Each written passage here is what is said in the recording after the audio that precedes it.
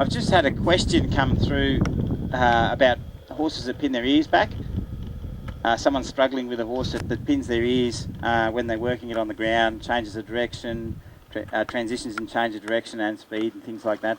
And I dare say it probably filters through to the ridden stuff. But basically, horses can be very annoyed when we work them on the ground. You know, firstly, I want to say that how we motivate our horses is going to sort of determine some of what they feel.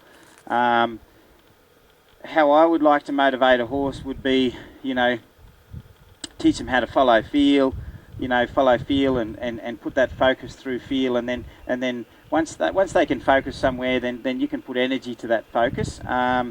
Whereas sometimes I think horses on the ground are motivated a lot by I'm going to move the horse away from me and my energy. So for instance, you know, if I wanted a horse to go over there, you know, I create energy and get that horse to move away. Now that promotes a sort of a bad feeling in the horse. So that bad feeling obviously creates tension, which also creates that pinny-eared back habit. So when you work with horses, you've got to be very careful that you're not sort of, you know, driving them to do things, whether it be driving their shoulders around or, you know, driving their hips around and things like that. You know, they start to sort of go, yeah, right, you know, okay, I'm moving off pressure. But and also when you look at horses in the paddock, one horse goes and pushes another horse away over there, and that horse is going away.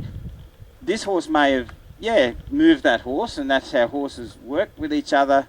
But the horse going away didn't feel good about it. It went away pinny-eared, unhappy about it. So if we're sort of motivating our horses like that a lot on the ground, that's going to have a strong, that's going to be a reason why our horses will be upset. Also, when you do transitions with your horse, you know, you might do a transition to connect with your horse. So your horse might be out there and it disconnects. And while the horse is disconnected, when you go to make a change, basically that change to that horse is a distraction from what it's thinking. So it's a big interruption for that horse. So that interruption is like a, huh, what? Okay. If you have a connected horse, then changes and are not a big thing because the horse is constantly connected with you. So if you were to send your horse out on a circle and you wanted to make a transition, especially if it's a pinny-eared horse, you don't just make a transition hoping that the transition will fix things. What you might do is you might pick up on some feel, and I would, on a horse like that, instead of moving it or pushing it or doing anything, I would actually pick up feel and walk away, kind of like this. If I was working my pinny-eared horse on a circle and they're out there and they're sort of going around like this, generally they're going to be having more of their focus to want to be to the outside. So I would encourage to draw their focus.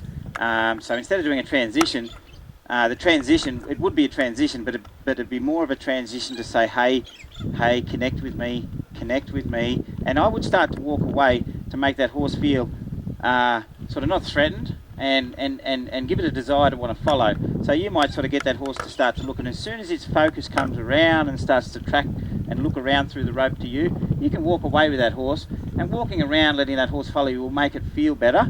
It'll connect with it, and then when you see your horse is connected, then you might just gently put its focus out and guide it out on a circle. So you don't chase it, you just focus and put energy to the focus, okay?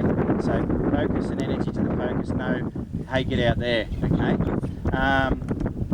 And then that horse may go out there and disconnect, and then you gently pick up feel, connect, walk away with it, the horse will sort of start to interact with you, and then try again. So a transition, you acknowledge the connection to you, you acknowledge the horse feeling better, maybe give it a rest for feeling better, for releasing tension, and then once the horse is connected, then you do something else. If you just go bang, bang, transition from one thing to other, all you're transitioning a horse from is one unhappy moment to another one. You have to find a release in there somewhere with feeling better and connection.